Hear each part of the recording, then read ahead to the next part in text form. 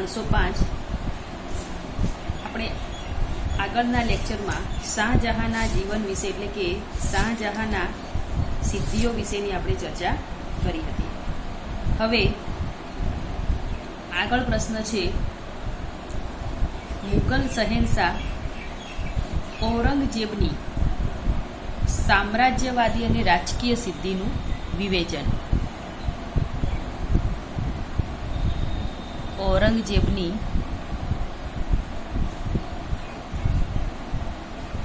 સામ્રાજ્યવાદી નીતિ અને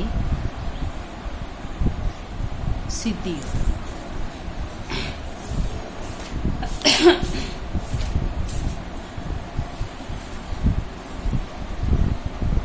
ઔરંગઝેબ એ મુગલ યુગનો છેલ્લો શક્તિશાળી સમ્રાટ હતો અને તે ઈસવીસન 1659માં સત્તા સ્થાને આવ્યો હતો. ત્યારે તો 1659માં સત્તા સ્થાને ઔરંગઝેબ આવ્યો હતો. તે દિલ્હીનો શહેનશાહ બન્યો ત્યારે 40 વર્ષનો અનુભવ એટલે કે 40 વર્ષનો તેની પાસે અનુભવ હતો. પિતા શાહજહાંના સમય દરમિયાન તે દક્ષિણ હિંદનો શાસક બન્યો હતો. સેનાપતિ પદ, રાજકીય મુત્સદગીરી, વહીવટી અનુભવ જેવી મહત્વની બાબતોમાં તે નિષ્ણાંત હતો. ઔરંગઝેબ એ રૂઢિચુસ્ત સુન્ની મુસ્લિમ પંથનો ચુસ્ત અનુયાયી હતો. શાહજહાંના 4 પુત્રોમાં દારા શિકોહ, શાહ શુજા, ઔરંગઝેબ અને મુરાદનો સમાવેશ થાય છે. ઔરંગઝેબ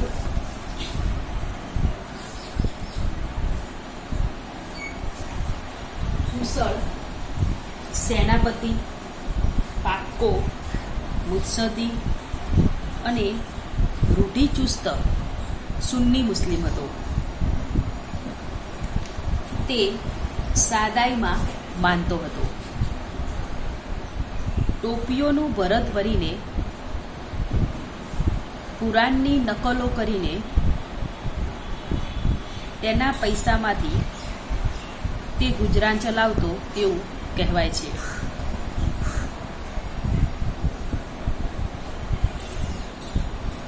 ઔરંગઝેબે રાજપૂતાના ચિત્તોડ કબજે કર્યું. ઔરંગઝેબે ચિત્તોડ કબજે કર્યું ત્યારે મુગલ સેનાએ 63 મંદિરો ચિત્તોડમાં તોડી પાડ્યા અને ઉદયપુરમાં 172 મંદિરો તોડી પાડીને અસહિષ્ણુ ધાર્મિક નીતિ અપનાવેલી. શહેનશાહ શાહજહાંના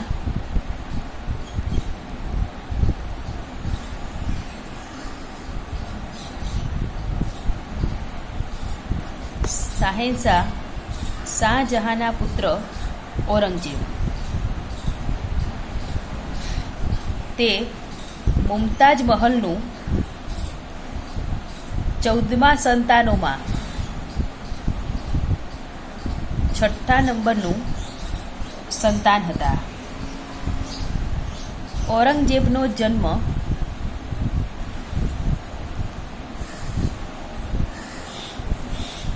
ઈસવીસન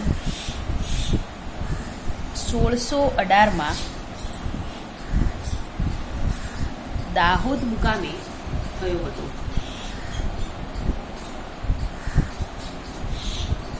ઔરંગઝેબના પિતા શાહજહાં એમના પિતાથી જહાંગીર સાથે બળવો કરેલો.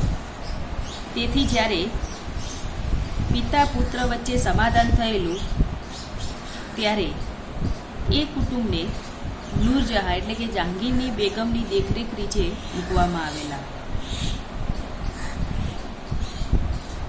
ઔરંગઝેબનું શિક્ષણ એ 10 વર્ષનો હતો ત્યારે શરૂ થયેલું. તે અરબીક,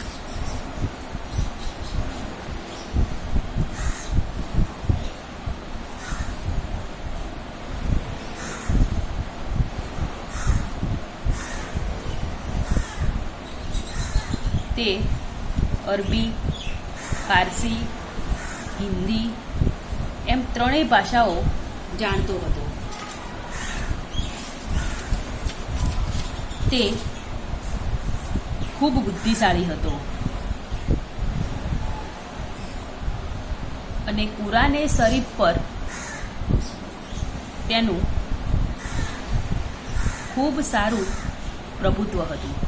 એટલે કે તે ફારસી, અરબી અને હિન્દી આ ત્રણેય ભાષાઓ એ જાણતો હતો. ત્રણેય ભાષાઓમાં એ નિષ્ણાંત હતો. ઉપરાંત તે બુદ્ધિશાળી પણ હતો અને કુરાને શરીફ જે છે એમનો ગ્રંથ એના ઉપર તેની સારી એવી પકડ હતી. ઔરંગઝેબ ઈસવીસન 1636માં તે 13 વર્ષની ઉંમરે દક્ષિણના સુબા તરીકે નિમાયો અને એ પદ 8 વર્ષ સુધી તેણે સંભાળ્યું હતું. ઈસવીસન 1644માં તેણે પોતાના ભાઈ દારા સિકોહની ખટપટોને લીધે તેને છોડી દીધું. આથી તેને ગુજરાતનો સૂબો બનાવાયો.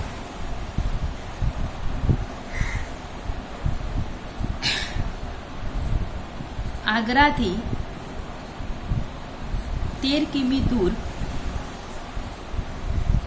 સામુગઢ પાસે પોતાના જ મોટા ભાઈ દારા સિકો સાથેના યુદ્ધમાં વિજય મેળવી તેણે આગ્રા કૂચ કરી હતી. ત્યાં જઈ પિતા શાહજહાંને કેદ કરી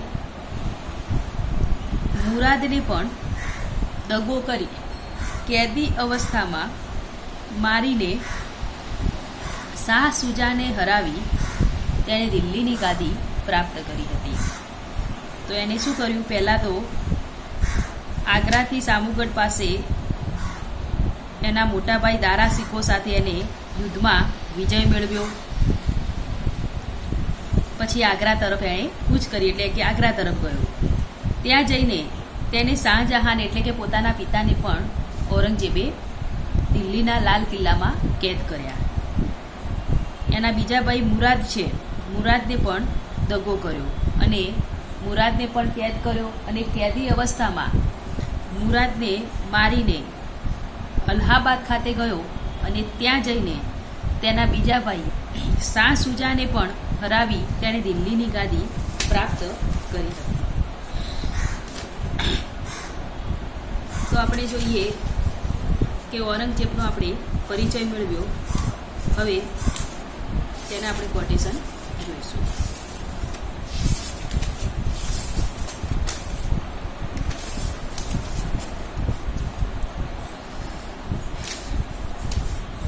સર જદુનાથ સરકાર જણાવે છે કે દક્ષિણ ભારતના ઔરંગઝેબના યુદ્ધો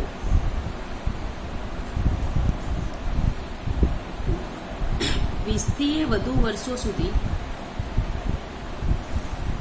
સતત અને અવિરતપણે ચાલતા હતા અને તેમાં દર વર્ષે 1 લાખથી વધુ સૈનિકો અને લશ્કરમાં કામ કરનારાઓ માર્યા જતા.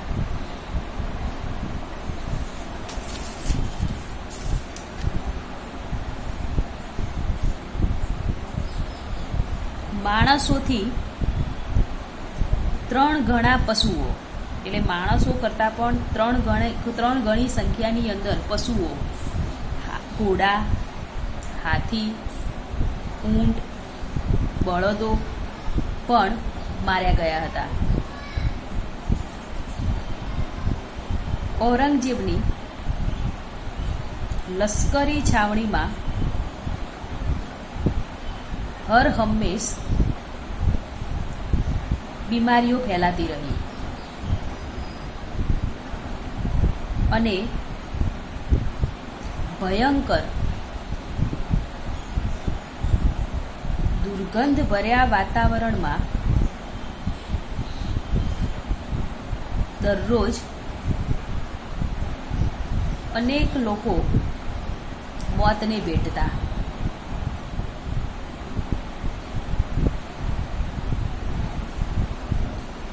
પૂરથી છલકાતી નદીઓ, તૂટી ફૂટી સડકો અને પહાડોની ખીણમાં પસાર થવા માટેની નાની સી ગોળાકાર કેડીઓ પર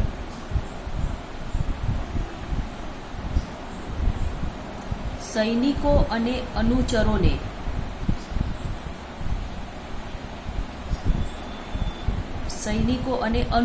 અનુચરો એટલે માલ સામાન ઉચકનારા, અવર્ણનીય દુઃખો ભોગવવા પડતા હતા. ઔરંગઝેબ પાછો ફર્યો ત્યારે તેની પાછળ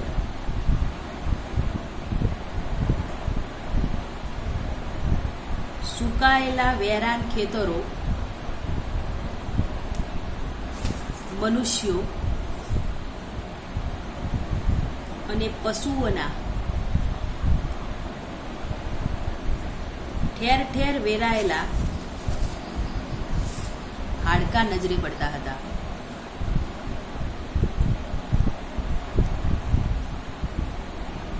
જદુનાથ સરકારે ઔરંગઝેબના જે યુદ્ધો થયા એના વિશે નોંધ્યું છે કે ઔરંગઝેબના યુદ્ધો 20 વર્ષ કરતાં પણ વધારે સમય ચાલતા રહ્યા. તેની અંદર દરરોજ એટલે કે હર હંમેશ માટે 1 લાખથી દર વર્ષે 1 લાખથી વધારે માણસો મૃત્યુ પામતા હતા. માણસો કરતાં પણ 3 ગણા પશુઓ પણ મરતા હતા. ઔરંગઝેબનું જે લશ્કરી છાવણી હતી, આ લશ્કરી છાવણીની અંદર કોઈને કોઈ બીમારીઓ લોકોને લાગુ પડતી હતી, સૈનિકોને. આના કારણે દુર્ગંધભર્યા વાતાવરણમાં રહેવાથી દરરોજ અનેક લોકોના મૃત્યુ થતા હતા.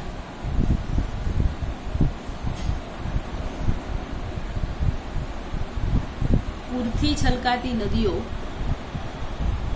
તૂટી ફૂટી નદીઓ, સડકો અને પહાડોની ખીણમાં પસાર થવા માટે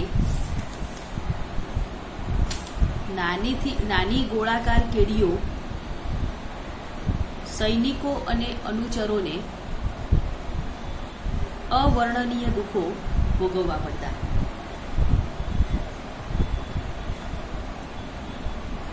ઔરંગઝેબ જ્યારે પાછો ફર્યો ત્યારે તેણે પાછળ જોયું, એટલે કે પાછો ફર્યો ત્યારે ઔરંગઝેબ જ્યારે આ યુદ્ધ કરીને 20 વર્ષના યુદ્ધો પછી એ પાછો ફર્યો, એટલે કે યુદ્ધ થઈ ગયા પછી એ પાછો ફર્યો, ત્યારે તેણે જોયું કે તેની પાછળ સુકાયેલા વેરાન, ખેતરો અને મનુષ્યો અને પશુઓના ઠેર ઠેર વેરાયેલા હાડકાં નજરે પડતા હતા. એટલે કે જે એ ભૂમિ હતી, યુદ્ધ ભૂમિ, એની અંદર એણે જોયું તો સુમસામ એટલે કે વેરાયેલા ખેતરો હતા અને જે માણસો અને પશુઓ મૃત્યુ પામ્યા હતા તેમના હાડકાં નજરે પડતા હતા.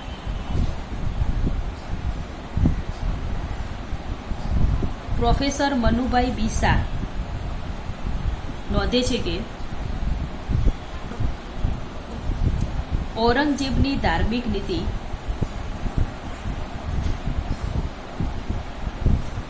ભાવિ પેઢીને માટે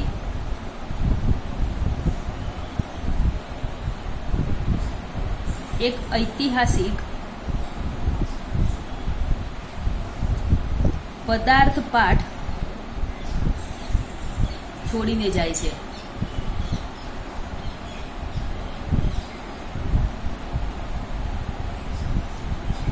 જે રાજ્યનો પાયો માત્ર સાંપ્રદાયિક ધોરણે રચાયેલો, તે રાજ્ય કાયમી ધોરણે પોતાની રાજનીતિ ટકાવી શકવામાં નિષ્ફળ જાય છે.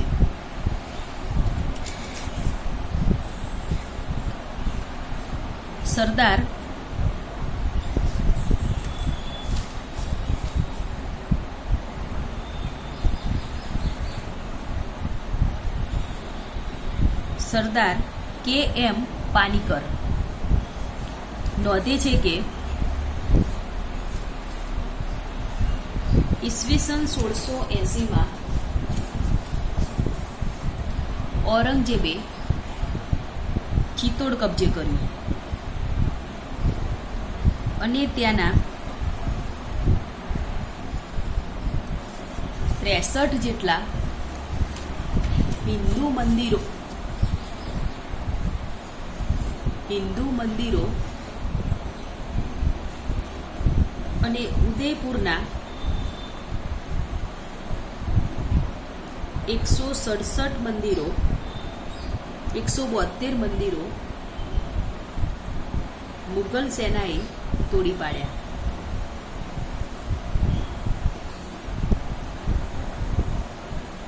ઔરંગઝેબની આ અસહિષ્ણુ ધાર્મિક નીતિને પરિણામે મુગલ સામ્રાજ્યના રાષ્ટ્રીય સ્વરૂપનો અંત આવ્યો. એટલે કે એની ધાર્મિક અસહિષ્ણુ, હિન્દુઓ પ્રત્યેની ત્યાંની અસહિષ્ણુ નીતિને કારણે મુગલ સામ્રાજ્યના રાષ્ટ્રીય સ્વરૂપનો અંત આવ્યો. આપણે આગળ જોઈશું તો ઔરંગઝેબની ભૂમિકા, એટલે આપણે પ્રશ્નની જે ભૂમિકા છે તેના વિશે ચર્ચા કરીશું.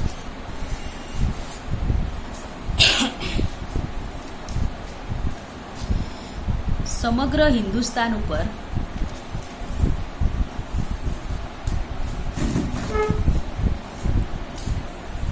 બાદશાહના હુકમ પ્રમાણે શાસન ચાલતું હતું. બ્રિટિશ સામ્રાજ્યની સ્થાપના પહેલા હિન્દનું આ સૌથી વિસ્તૃત સામ્રાજ્ય હતું.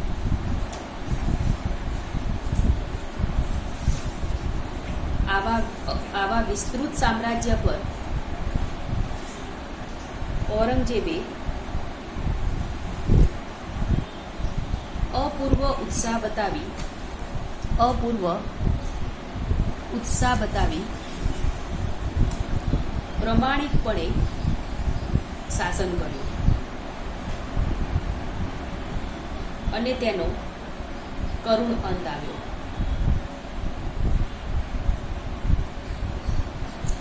ઔરંગઝેબ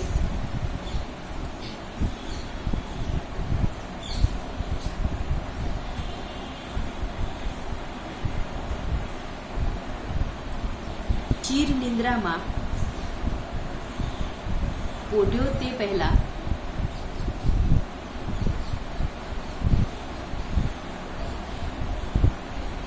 મુગલ સામ્રાજ્ય પૈસા અને પ્રતિષ્ઠા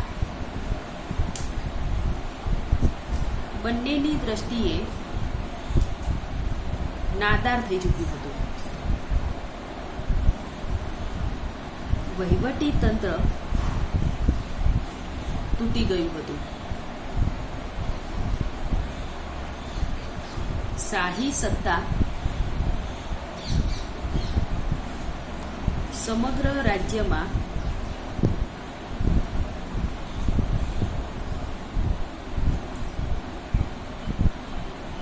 વ્યવસ્થા જાળવવામાં નિષ્ફળ ગઈ હતી. મરાઠા રાષ્ટ્રવાદ અને શીખ જાતિનો ઉદય થઈ ચૂક્યો હતો.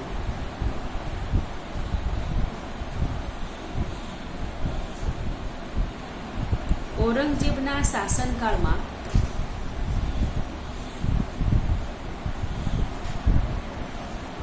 મુગલ સામ્રાજ્ય રૂપી ચાંદ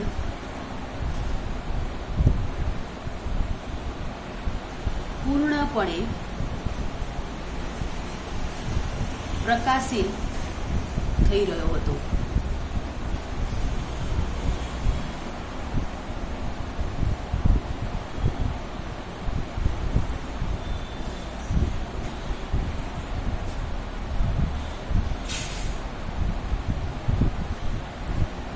સમગ્ર સામ્રાજ્ય વિનિપાત માટે તૈયાર હતું,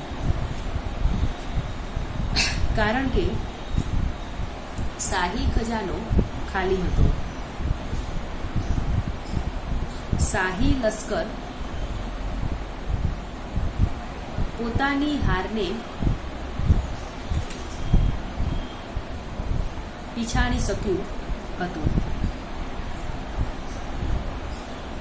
અને દુશ્મનોથી બેવડ વળી ગયું હતું. સરકારની પ્રજા પરની પકડ ઢીલી પડી ગઈ હતી. રાજ્યના કર્મચારીઓએ પ્રમાણિકતા અને કાર્યદક્ષતા ગુમાવ્યા હતા.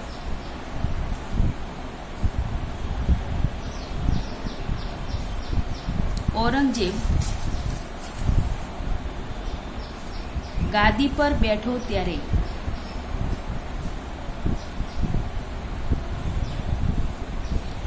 40 વર્ષનો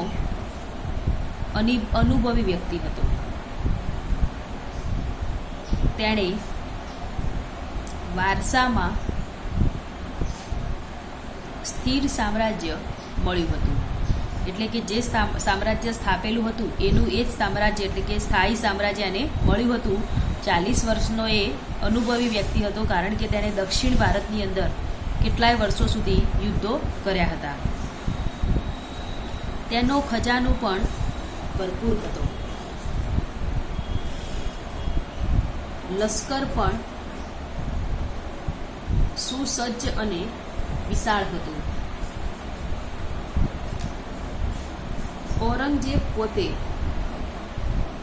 દુર્ગુણોથી પણ મુક્ત હતો. તે બુદ્ધિશાળી અને સરકારી કામકાજમાં નિપુણ હતો. તેનું ખાનગી જીવન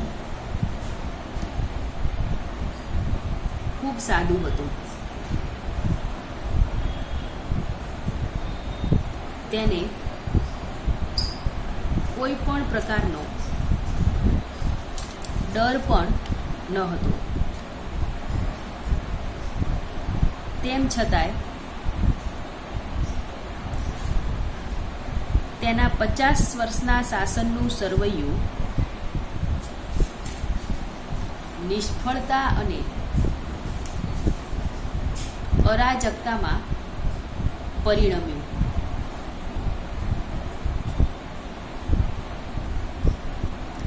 ચારિત્ર્ય બળ અને તાકાત હોવા છતાંય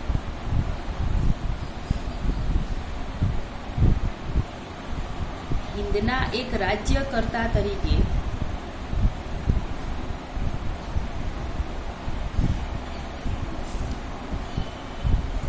ઔરંગઝેબ નિષ્ફળ ગયો હતો.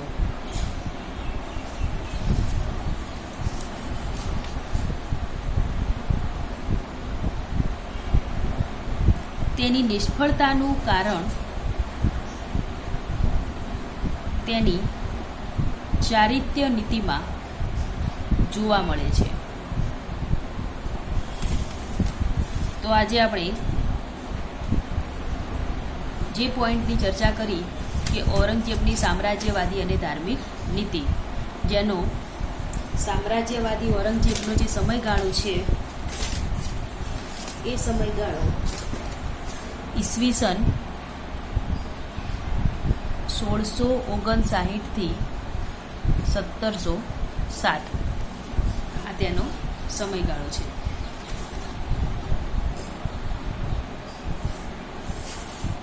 તો આ રીતે મુઘલ શહેનશાહ ઔરંગઝેબના સામ્રાજ્યવાદી અને રાજકીય સિદ્ધિઓના પરીક્ષણ વિશે આજે આપણે ઔરંગઝેબ વિશેનો પરિચય, તેના કોટેશન, તેની પ્રસ્તાવના વિશેની ચર્ચા કરી.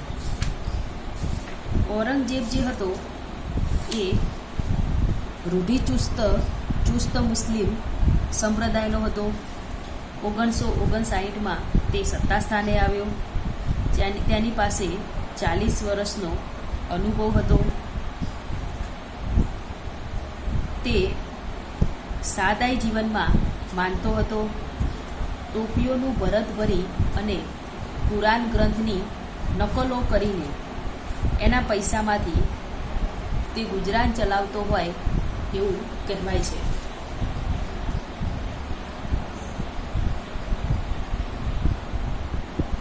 ઔરંગઝેબે જ્યારે દક્ષિણ હિંદમાંથી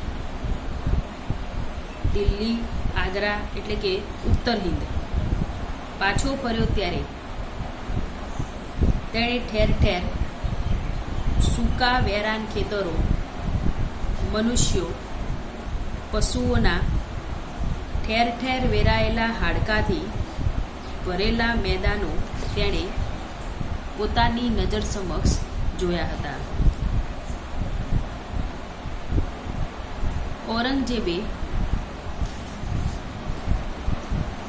ઔરંગઝેબની સરહદી નીતિ ખૂબ જ ખર્ચાળ હતી, કેમ કે તેણે ભેટો, જાગીરો, નિવૃત્તિ વેતનો વગેરે આપીને સમ્રાટે લાખો રૂપિયા ખર્ચી નાખ્યા.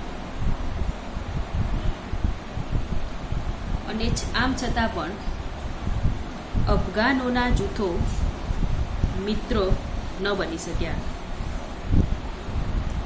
રાજપૂતો સામેના યુદ્ધોમાં તેમનો સાથ તે મેળવી શક્યો નહીં.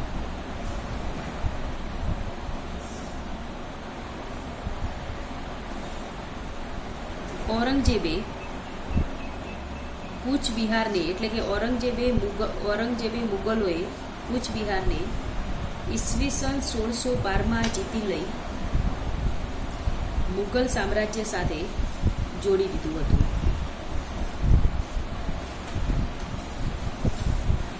તો હવે આગળ એટલે કે આનો નેક્સ્ટ પોઈન્ટ છે પ્રારંભિક જીવન. તેની ચર્ચા આપણે આવતા લેક્ચરમાં કરીશું.